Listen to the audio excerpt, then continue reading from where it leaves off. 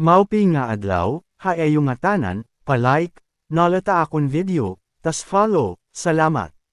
Ang nakangiting halimaw sa bintana.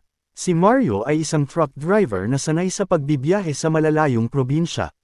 Isang gabi, may hinatid siyang kargamento sa isang bayan sa Quezon. Matapos niyang i-deliver ang mga paninda, nagsimula siyang bumiyahe pauwi. 2:00 na ng madaling araw, at halos wala siyang kasabay sa kalsada maliban sa mga nakapilang puno sa magkabilang gilid. Habang nagmamaneho, napansin niyang bumibigat ang takbo ng kanyang truck.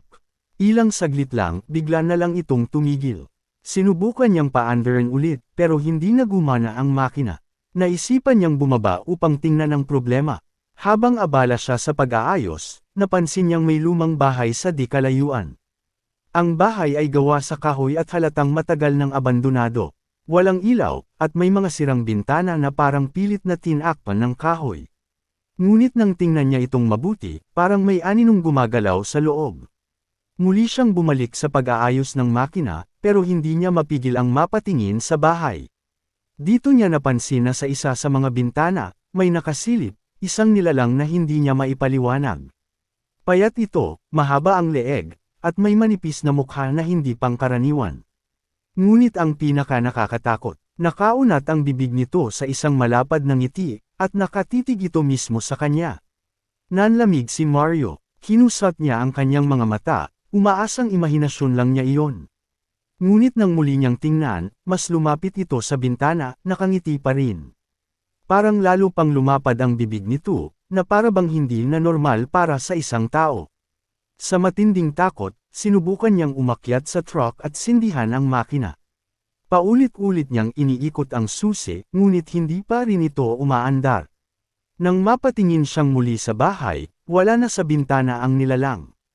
Napalunok si Mario, sinubukan niyang huwag gumalaw, nakikiramdam sa paligid. Tahimik ang paligid, maliban sa mahinang ihip ng hangin. Ngunit nang tumingin siya sa side mirror, doon siya nanlumo, nakita niya ito, nakatayo na sa likod ng kanyang truck. Hindi na niya alam ang gagawin. Nanginginig ang kanyang kamay habang pinipilit niyang paandarin ang sasakyan. Hanggang sa biglang bumukas ang radyo ng truck, pero imbes na musika, isang mabagal at malalim na halakhak ang narinig niya. Dahil sa matinding takot, bumaba siya ng truck at mabilis na tumakbo palayo.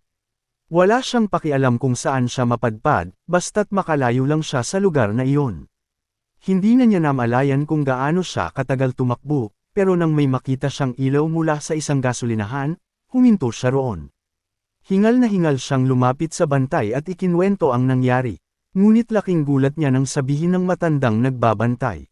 Ay ho, ilang taon nang walang bahay sa lugar na iyon. Sinunog na yon dahil sa kwento ng isang nilalang na nakatira roon.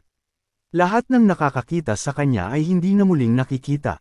Namutla si Mario sa narinig. Hindi niya alam kung anong nilalang ang muntik nang kumuha sa kanya, pero isang bagay ang sigurado siya, hindi na siya muling dadaan sa lugar na iyon kahit kailan. Like and comment, salamat ha imo.